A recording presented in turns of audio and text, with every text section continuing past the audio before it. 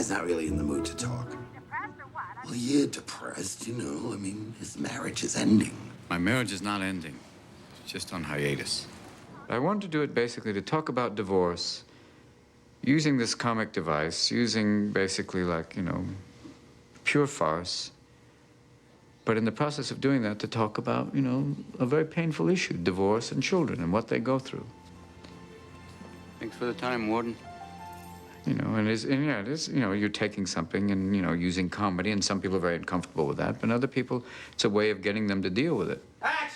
Lydia, we gotta call the cops. We gotta call 911. What's the matter with you? Mrs. Doubtfire, she's a freak. But it opens up a discussion, and it opens up a valid discussion, and a discussion that every divorced parent should have with his or her child. And I also think it opens up a valid discussion between married parents with their children. The movie was really special for the sense that it really came off real, that it didn't have this happy, I mean, it had a happy ending, but didn't really have this sweet, happy, totally perfect ending.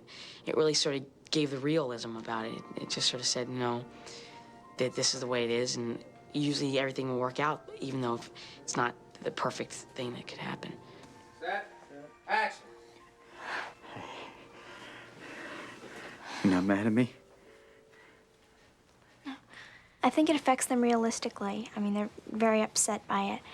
And they don't want to have to choose between their mom or their dad at all because they love them both a lot. So it's kind of rough for them because they don't get to see their father as much as they'd like to and he'd like to. Your Honor, please. I mean, every Saturday, that's 1 day a week. That's not enough. I have to be with my children. It's not a question, really. I mean, I have to be with them, sir, please. It's that thing of no one can tell me I can't see them.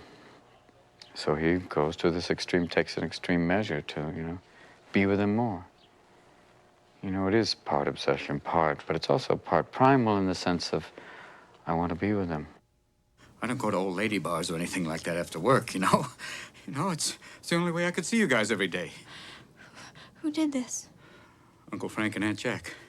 And I know that the most important job you can do in this world is bringing up children. And this is a movie about that, about learning what that responsibility really is about. It's your job to be our father. No, it's not a job. It's a joy being your father.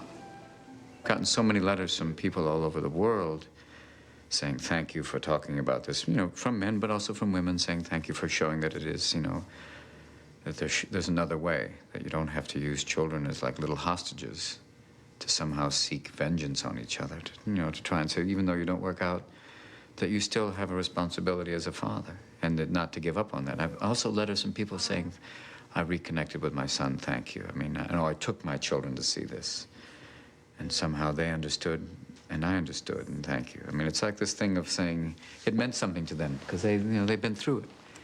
And just to say, yeah, you still are a family. You're not that kind of Norman Rockwell painting family. You're a different type of family, but you still have that responsibility. You still have a connection.